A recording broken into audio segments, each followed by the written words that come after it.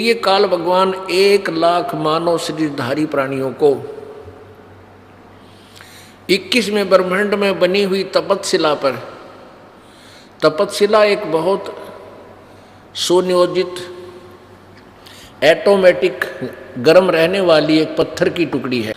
जैसे तई होती है, तवी, एक बड़ी तई होती है, उसको उल्टा रख के और रोटियां बनाते हैं, उसको समझो सुलटा कर ले ऐसे। वो बीच से पातर टाइप है, चारों तरफ से ऊपर ने है जैसे कटोरी टाइप। तो उसमें 1,00,000 मानव शरीरधारी प्राणियों के सूक्ष्म शरीर, उन प्राणियों को सूक्ष्म शरीर समेत उसमें डाल देता है और वो ऑटोमेटिकली इतने गर्म कर देती है उस प्राणी के सूक्ष्म शरीर से, उस गंध को छुड़वाती है वो तपतशिला, यानी वो आँच, गर्मी, ताप। वहां पर जिस प्राणी ने अधिक व्यसन किए होते हैं, आप देखो इस काल की कितनी जबरदस्त चाल है।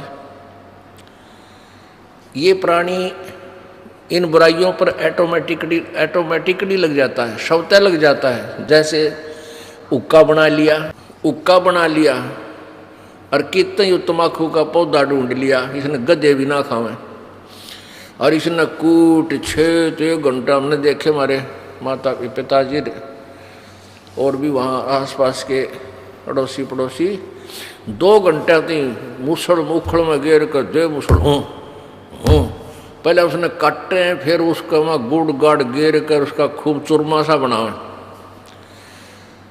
और फिर ओका बनाया, फिर आग बनाओ, एक चलम लाए, उस चलम में 36 और जुगाड़ जोड़े और फिर उसमें भरका वो अड़ंगा और गुरुड़ ये स्वाद ले, यो मन ले सारे आनंद।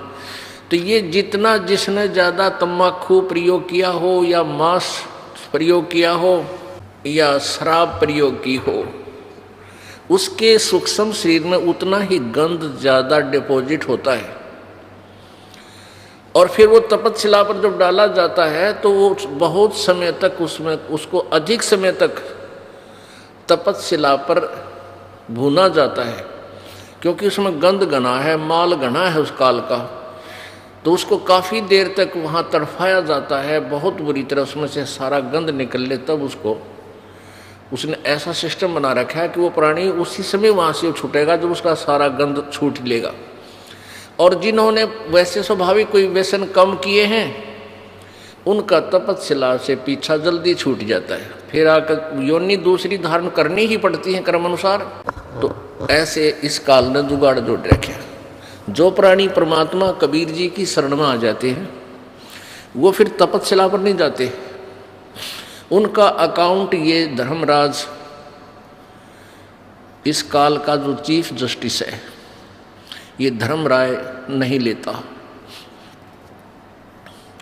उस भक्त का अकाउंट इनके पेपर से, इनकी बही से, इनके कंप्यूटर से ऑटोमेटिक निकल जाता है। तो कहने का भाव ये है कि जितने व्यसन आज समाज कर रहा है कलयुग में, इसलिए काल करवा रहा है कि ज्यादा व्यसन करेंगे तेरा अच्छा भोजन बनेगा। तो पुण्यात्माओं, इसलिए इस काल भगवान ने सभी प्राणियों को मिसगाइड कर रखा है। सभी प्राणियों को, ब्रह्मा विष्णु महेश तक को भी यथार्थ ज्ञान नहीं दे रखा। इसको डर लगा हुआ है कि यदि इन सभी प्राणियों को अपने मूल स्थान का पता लग गया, ये सभी भाग जाएंगे, सभी दौड़ जाएंगे, यहाँ कोई नहीं रहेगा। दौड़ जाना वैसे आसान नहीं है, क्योंकि संत आवेंगे, परमात्मा कबीर जी आते हैं, वो फिर अपना यथार्थ ज्ञान देते हैं। तो काल ने ऐसा सिस्टम बना रखा है, हम इतने अज्ञानी बना दिए कि हम अपने परम पिता के साथ ही वाद विवाद करना प्रारंभ कर देते हैं।